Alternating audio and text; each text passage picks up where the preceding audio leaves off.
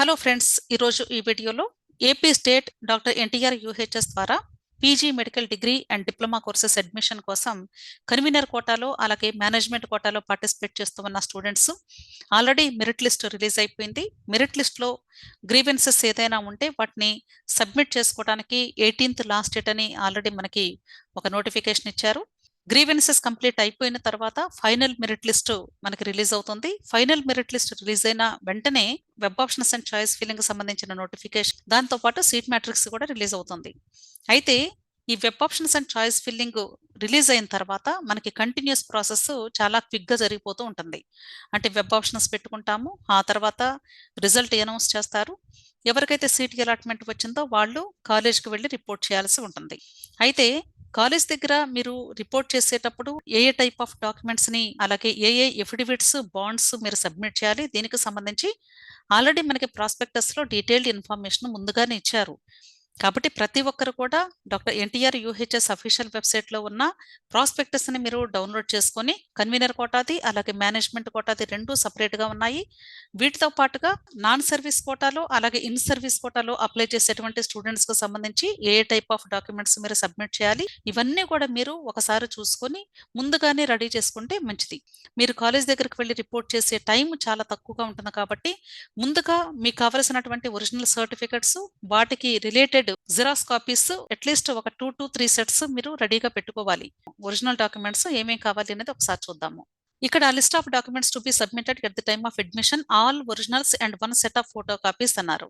ఇక్కడ 1 set of photo copies అన్నారు, కానీ కొన్ని కాలేజెస్లో అయితే ఒక 2 సెట్స్ కూడా అడుగుతారండి. కాబట్టి మీరు బెటర్ ఏంటి అంటే ఒక 3 to 4 సెట్స్ తీయించుకుంటే మంచిది. ఎందుకంటే మీ సర్టిఫికెట్స్ యూనివర్సిటీకి వెళ్ళిపోతాయి కాబట్టి ఈ కోర్స్ కంప్లీట్ అయిన తర్వాత కూడా మీకు బాండ్ కంప్లీట్ అయ్యేంత వరకు మీ ఒరిజినల్ సర్టిఫికెట్స్ మీ చేతికి ఇవ్వరు. అందుకనే మీరు బెటర్ ఏంటి అంటే ఒక సెట్ మీ ఇంట్లో పెట్టుకోండి, రిమైనింగ్ సెట్స్ మీరు కాలేజెస్లో సబ్మిట్ చేయాల్సి ఉంటుంది. కాబట్టి at least 3 to 4 copies xerox copies అన్ని రెడీ చేసి పెట్టుకోండి. అయితే ఈ జిరాక్స్ సెట్ మీద మీరు గెస్టెడ్ ఆఫీసర్ సిగ్నేచర్ ఏమీ చేయించాల్సిన అవసరం లేదండి. ఇప్పుడు total list of original documents ఏమేమి కావాలి అనేది ఒకసారి లిస్ట్ చూద్దాము.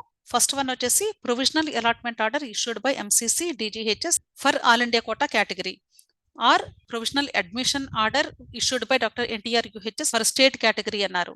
అంటే ఒకవేళ మీకు సిటీ అలాట్మెంట్ కానీ ఆల్ ఇండియా కోటా కేటగిరీ ద్వారా వస్తే అక్కడ మీరు డౌన్లోడ్ చేసుకున్నటువంటి అలాట్మెంట్ ఆర్డర్, అదే మీరు డాక్టర్ ఎన్టీఆర్ యూహెచ్ఎస్ ద్వారా కానీ స్టేట్ కోటాలో సిటీ అలాట్మెంట్ వస్తే మీరు స్టేట్ కోటాలో డాక్టర్ ఎన్టీఆర్ యూహెచ్ఎస్ నుండి డౌన్లోడ్ చేసుకున్నటువంటి అలాట్మెంట్ ఆర్డర్, మీకు ఏ కేటగిరీలో సీట్ అలాట్మెంట్ వస్తే ఆ అలాట్మెంట్ ఆర్డర్ని మీరు డౌన్లోడ్ చేసుకున్న దాన్ని తీసుకుని వెళ్తే సరిపోతుంది. ఓకే.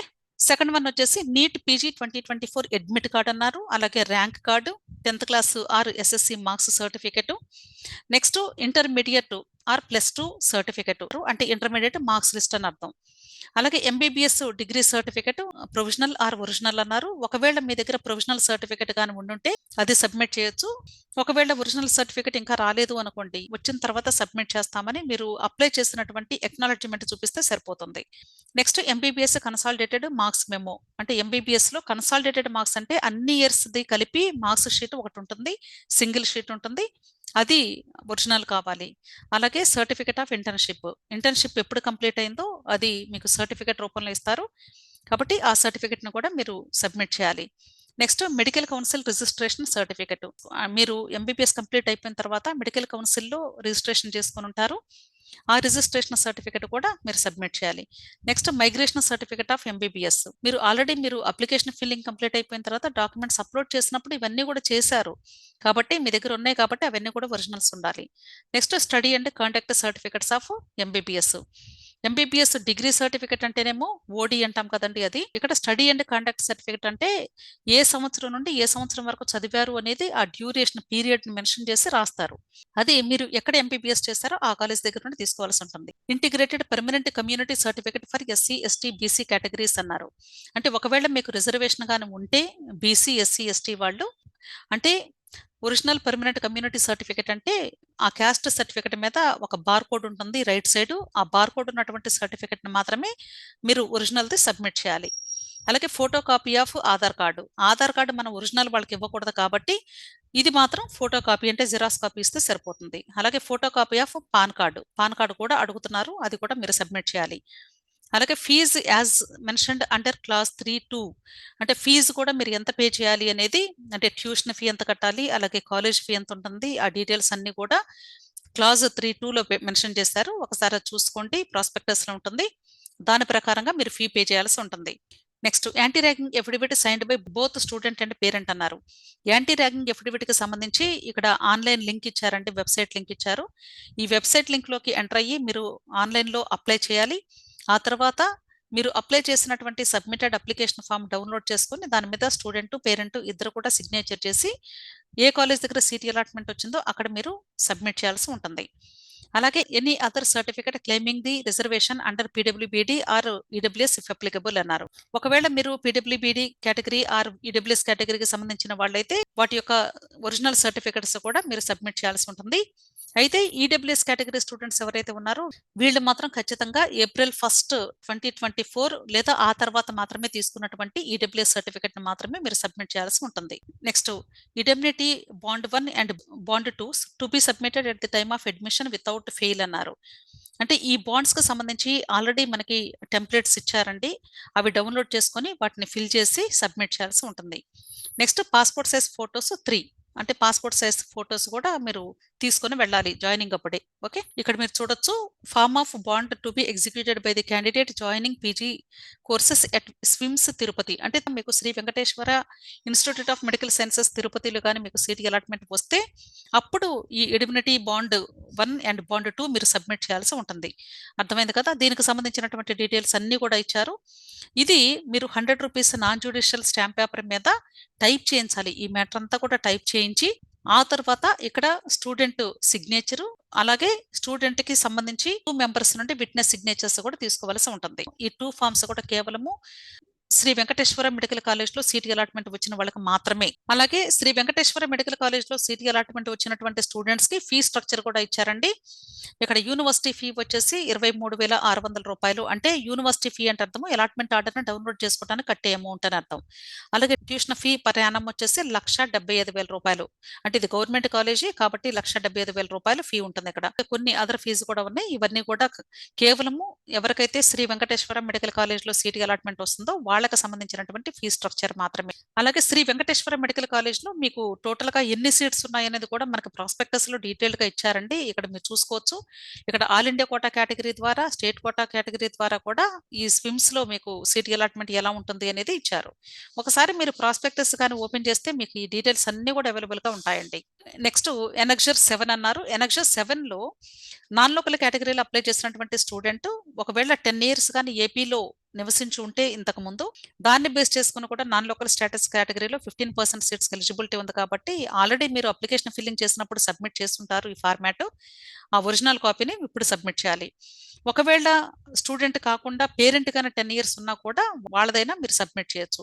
సో మీరు ఏది సబ్మిట్ చేస్తుంటారో అది మాత్రమే ఇప్పుడు ఒరిజినల్ చూపించాల్సి ఉంటుంది. క్లియర్? అలాగే ఒకవేళ నాన్ లోకల్ కేటగిరీలో మీరు మీ యొక్క పేరెంట్ కరెంట్ ఎంప్లాయ్మెంట్ ని బేస్ చేసుకుని కానీ అప్లై చేస్తుంటే దానికి సంబంధించినటువంటి ఎంప్లాయర్ దగ్గర నుండి తీసుకున్నటువంటి సర్టిఫికెట్ ని మీరు సబ్మిట్ చేయాల్సి ఉంటుంది. క్లియర్? అలాగే ఫార్మ్ ఆఫ్ క్యాస్ట్ సర్టిఫికెట్ అన్నారు. ఈ క్యాస్ట్ సర్టిఫికెట్ ఈ ఫార్మాట్ లో ఇవ్వాల్సిన అవసరం లేదండి. అంటే చాలా మంది దగ్గర ఆల్రెడీ క్యాస్ట్ సర్టిఫికెట్ ఉండే ఉంటుంది. కానీ మీరు చెక్ చేసుకోవాల్సింది ఏంటంటే ఒకవేళ ఒక 1 ఇయర్ బ్యాక్ లేదా 2 ఇయర్స్ బ్యాక్ అలా తీసుకున్నటువంటి సర్టిఫికెట్ అయితే ఇప్పుడు చెల్లదండి.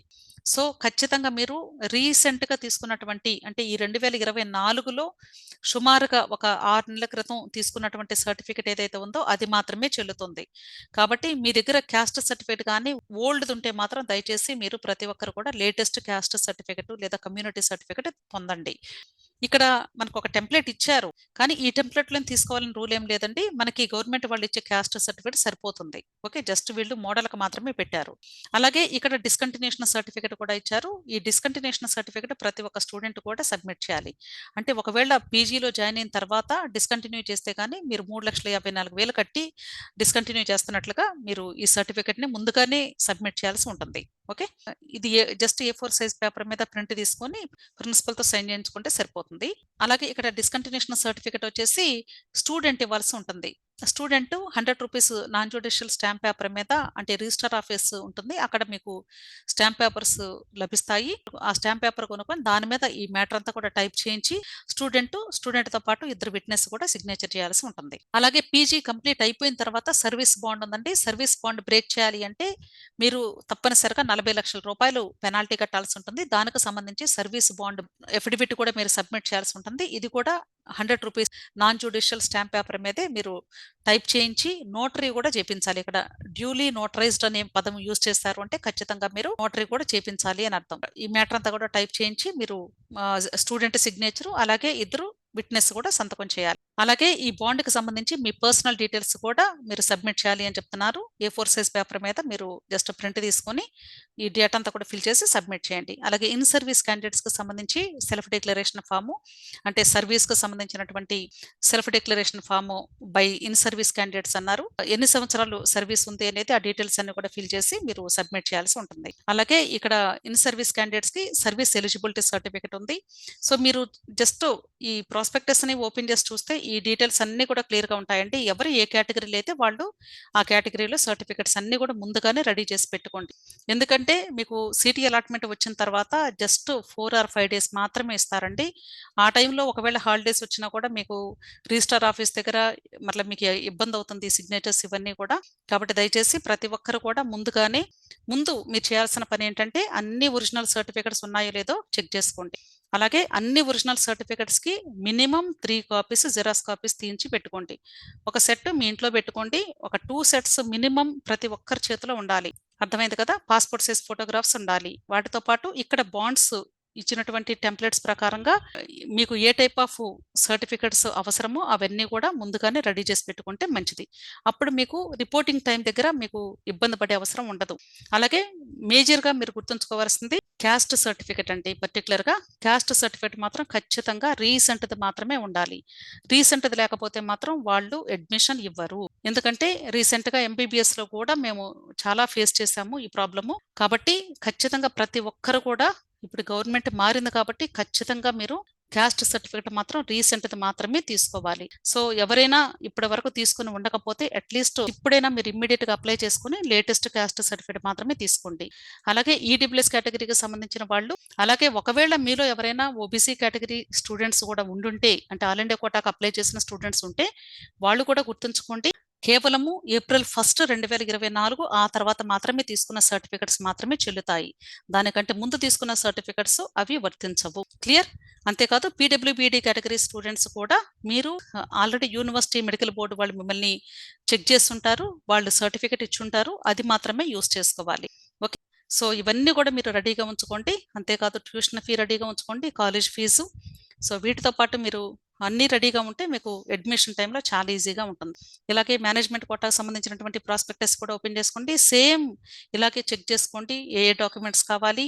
అలాగే ఎన్ఆర్ఐ కేటగిరీలో అప్లై చేసినటువంటి స్టూడెంట్స్ ఎన్ఆర్ఐ డాక్యుమెంట్స్ అన్ని రెడీ చేసుకోండి. అలాగే ఇన్స్టిట్యూషనల్ కోటాలో అప్లై చేసిన స్టూడెంట్స్ స్పాన్సర్‌షిప్ సర్టిఫికేట్ రెడీ చేసుకోండి. వీటన్నిటితో పాటుగా ప్రతి ఒక్కరు కూడా all original documents along with 3 photo copies of each original document. ఇవన్నీ ఉండాలి. పాస్‌పోర్ట్ సైజ్ ఫోటోగ్రాఫ్స్ ఉండాలి. అర్థమైంది కదా! సో దయచేసి మీలో ఇంకా ఎవరికైనా ఏదైనా డౌట్ ఉంటే వీడియో క్రింద కమెంట్ బాక్స్‌లో కమెంట్ చేయండి. మీ డౌట్స్‌ని క్లారిఫై చేయడానికి ట్రై చేస్తాను. అంతేకాదండి ఈ కౌన్సెలింగ్‌కి సంబంధించి మీరు ఎటువంటి గైడెన్స్ కావాలి అన్నా టెలిగ్రామ్ గ్రూప్ ఉంది. టెలిగ్రామ్ గ్రూప్ లింక్ నేను వీడియో క్రింద డిస్క్రిప్షన్‌లో ఇస్తాను. మీకు ఇంట్రెస్ట్ అయితే జాయిన్ అవ్వండి. Okay. Wish all the best. Thank you.